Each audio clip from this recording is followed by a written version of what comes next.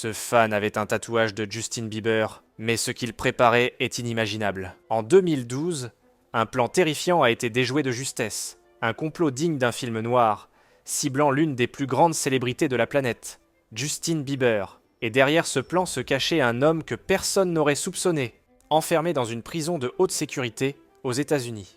Dana Martin. Son nom n'est pas connu du grand public, mais il aurait pu marquer l'histoire pour une raison des plus sombres. Cet individu, condamné à la prison à vie pour un crime particulièrement grave sur une jeune fille en 2000, développait une fixation étrange sur la star canadienne. Une obsession, maladroite au début, puis inquiétante. Martin, qui avait même un tatouage de Justin Bieber sur la jambe, ne se contentait pas d'être fan. Il était obsédé, et cette obsession a fini par se transformer en un plan glaçant. Depuis sa cellule à Las Cruces au Nouveau-Mexique, Martin a réussi à orchestrer un projet complètement fou.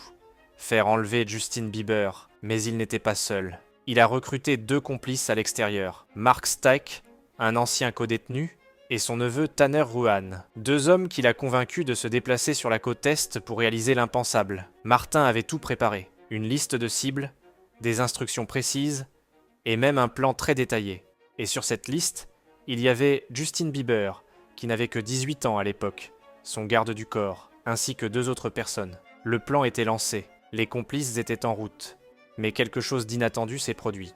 Le sergent Edgar Pinon, un agent de la prison, se souvient parfaitement du moment où Martin a demandé à le voir en privé. Ce témoignage rare, il l'a partagé dans la série Hollywood Demons, produite par Investigation Discovery, dans un épisode intitulé Stalking the Stars. Il voulait me parler seul à seul, raconte-t-il. Il a commencé à me montrer son tatouage de Justin Bieber, et m'a raconté en détail comment il avait essayé de le contacter. Puis il m'a expliqué qu'il avait envoyé 2 personnes avec une liste. Le sergent comprend très vite qu'il ne s'agit pas d'un simple délire. Martin est sérieux.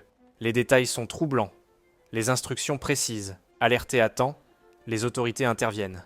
Les 2 complices sont arrêtés avant de passer à l'acte. Le plan est neutralisé in extremis. Pourquoi Martin a-t-il tout avoué ?